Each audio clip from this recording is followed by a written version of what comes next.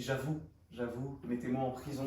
Je prenais des cours, j'avais une bonne excuse. Maxime, il va dire que je suis trop en retard. Pendant tout mon parcours a été chargé effectivement de me dire va faire ci, va faire ça, il faut qu'on fasse ci, on a un besoin de ça, est-ce que tu ramènes quelqu'un? Si oui, envoie-le à telle personne, tout ça. Il a dit qu'il y avait l'humour Ah, c'est adorable. en compliment, et en inconvénient, il a dit la ponctualité.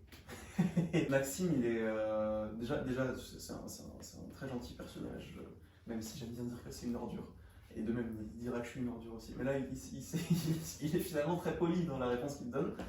Non, sur l'humour, c'est surtout que c'est quelqu'un qui est très très drôle et qui est très très relâché aussi. Il parlait de toi, hein. Non, bien sûr, mais je me permets de lui faire la critique aussi. Par rapport au retard, là, je devrais devenir sérieux. Par rapport au retard, c'est juste que sur les dernières émissions, enfin, j'en ai parlé plusieurs fois à l'antenne, je prenais mes cours juste avant d'arriver au plateau. Vu que je prenais mes cours juste avant, et que mes cours parfois ils étaient au milieu de Paris, parfois de l'autre côté de Paris, il y avait des trucs à Aubervilliers, c'était simple, mais des trucs qui n'étaient pas du tout à Aubervilliers.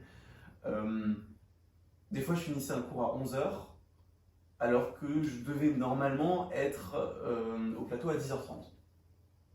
Donc effectivement, il y a eu des fois où je suis arrivé un peu en catastrophe, et où tout s'est préparé très très vite, mais j'ai toujours essayé de prévenir tôt, donc je l'ai pas toujours fait, mais j'ai toujours essayé de prévenir en avance, et Maxime aussi a été très élégant parce qu'il comprenait les motifs, donc évidemment il dit ça parce que ça m'embête, et parce que maintenant j'estime que Maxime c'est devenu un pote, mais oui j'avoue, mettez-moi en prison, je prenais des cours, j'avais une bonne excuse et j'étais en retard.